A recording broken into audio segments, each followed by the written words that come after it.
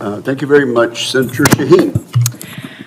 Thank you, Mr. Chairman, and thank you both for your service and for being here today. Admiral Paparo, I think I understood you to say in your opening statement that we must be active across the information environment. So one of the things that's happened in the last month is that we have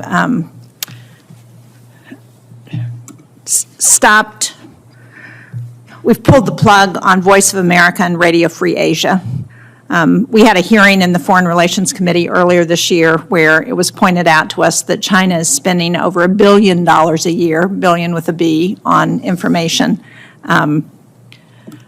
systems and efforts to provide mis- and disinformation across the region and across the world. So what are we doing to counter that, and how does the loss of something like Radio Free Asia affect our ability to counter what the PRC is doing?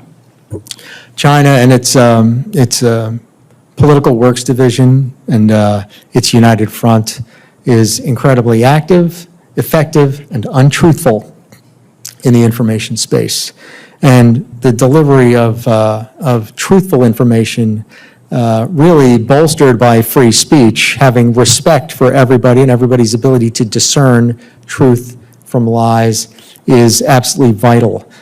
We do have an effort that is companion, that is where Special Operations Command is nested within this unit with their capabilities to execute information operations, but it's focused in the military space as it should be, given the fact that we're in the military. But in my opinion, we must work hard to counter PRC misinformation and disinformation, and our own principles of free speech greatly enable us to have faith in people to be able to suss out truth from lies.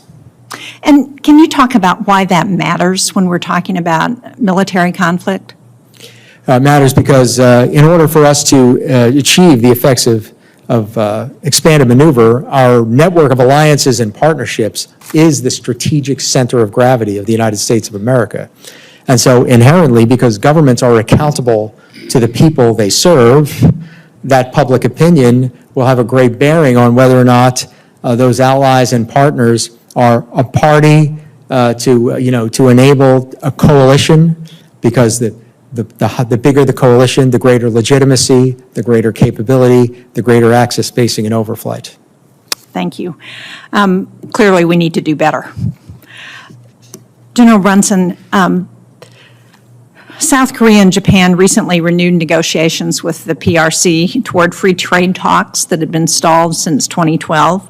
I'm concerned that the tariffs that have been announced and withdrawn, then announced and withdrawn, are pushing our allies toward closer trade and integration with countries like China, and that poses security risk.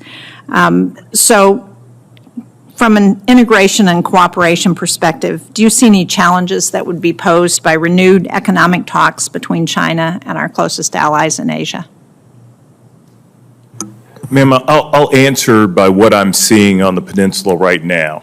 My concerns would be, my hackles would raise, if you will, and I'll allow my boss to answer for the wider region, but if we were not continuing to move along the pathway for the bilaterally agreed upon OPCON transfer, if we weren't able to move on that path by way of economic challenges facing the nation, that would bother me. If we had impacts that led to lessening human and procedural interoperability coupled with technological interoperability being lost, that would concern me.